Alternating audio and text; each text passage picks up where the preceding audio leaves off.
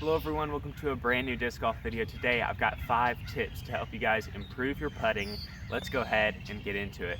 Alright guys, so the first tip I have to improve your putting sounds really simple, but I see a lot of people mess up with this, and that is have your chest squared up with the basket. A lot of the time when you'll be putting, you'll just casually line up to the basket and your chest may be off-centered by 1 or 2 feet. So you want to have that chest centered straight towards the basket, so that when you come back and putt through, you're directly lined up with the basket and you're not going to be missing left or right just because you're lined up the wrong way. So I'm going to show you guys a couple putts of me with my chest lined up straight to the basket.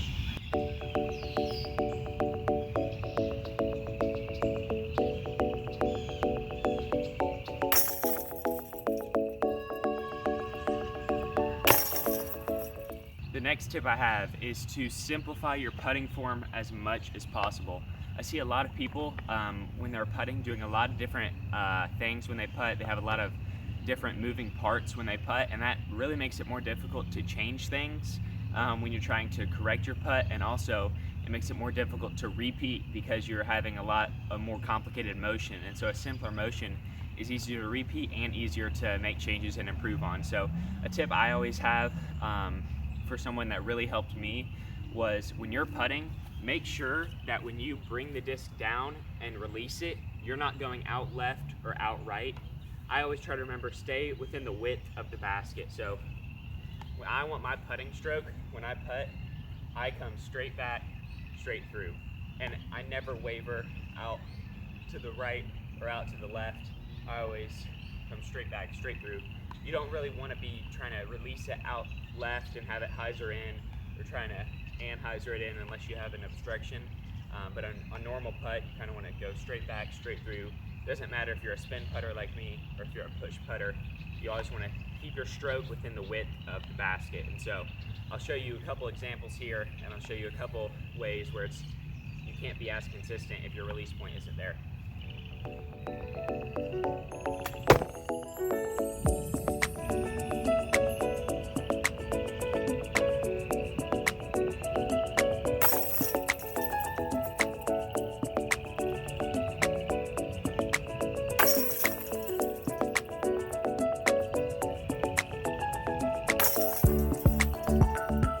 Alright guys, my next tip is about the release point. When do you release the disc? And something that I always think about, and if I miss a putt low, I know I did this wrong.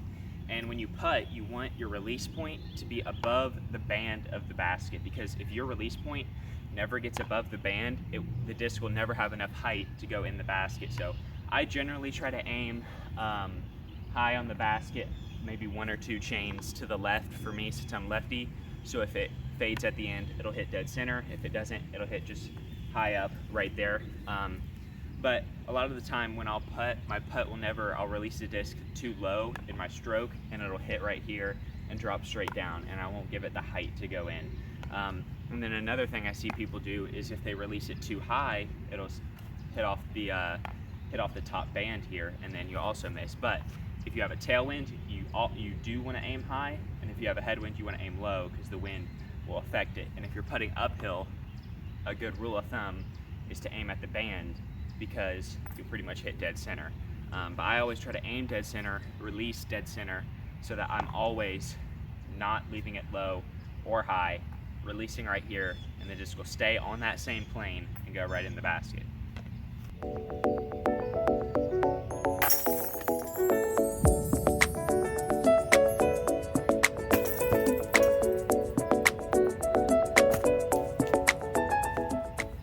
Alright guys, my next tip has to do with the mental side of putting. The putting stroke and the putting form is the easiest thing in disc golf. If you develop a simple, concise, smooth putting form, then all it takes is practice, a lot of reps, and a good, strong mental game and confidence. And so one thing that has really helped me that I saw in a video on YouTube is actually don't putt to the chains, putt through the chains.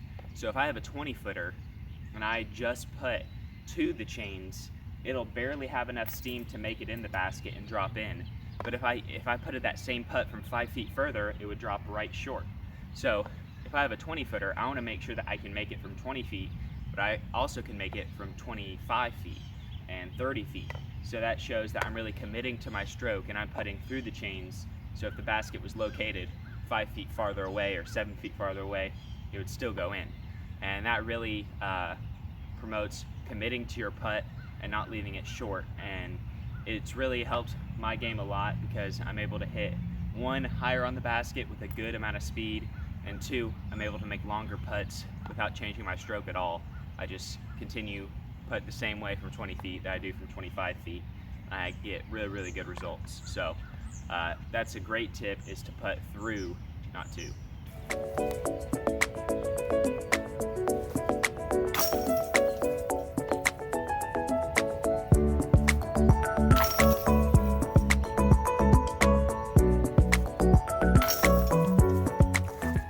Alright guys, my last tip that I think every single disc golfer should apply to their game is utilize your outside of circle one rules. So if you didn't know this, outside of 33 feet, you can actually advance past your lie when you putt. So what that means is, if I'm putting normally and I'm inside of 33 feet, I have to putt the disc, release it, and then maintain balance staying behind my lie. But if I'm outside of 33 feet, I can putt and go past my lie.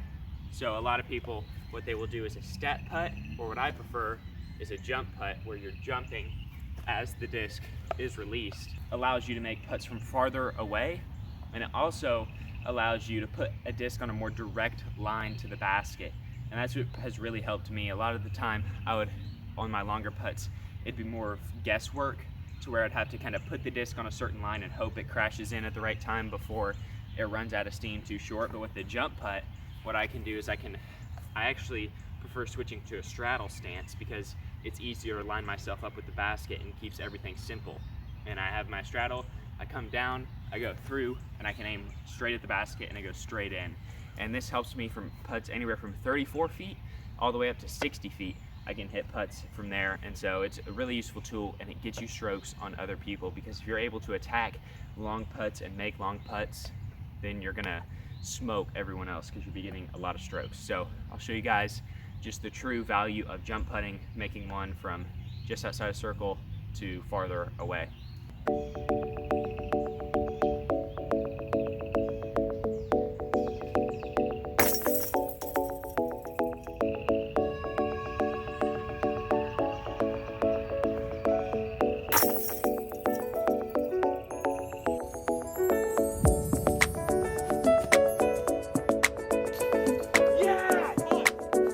Alright guys, those are my absolute best tips to improve your putting in disc golf. I made a putting tips video almost a year ago when I was first getting into disc golf. So if you're a beginner, or if you're experienced, if you want some more simple tips to help improve your putting from a mental side, and also just from a simple mechanical wise, make sure you check out that video, which I'll put in an iCard above.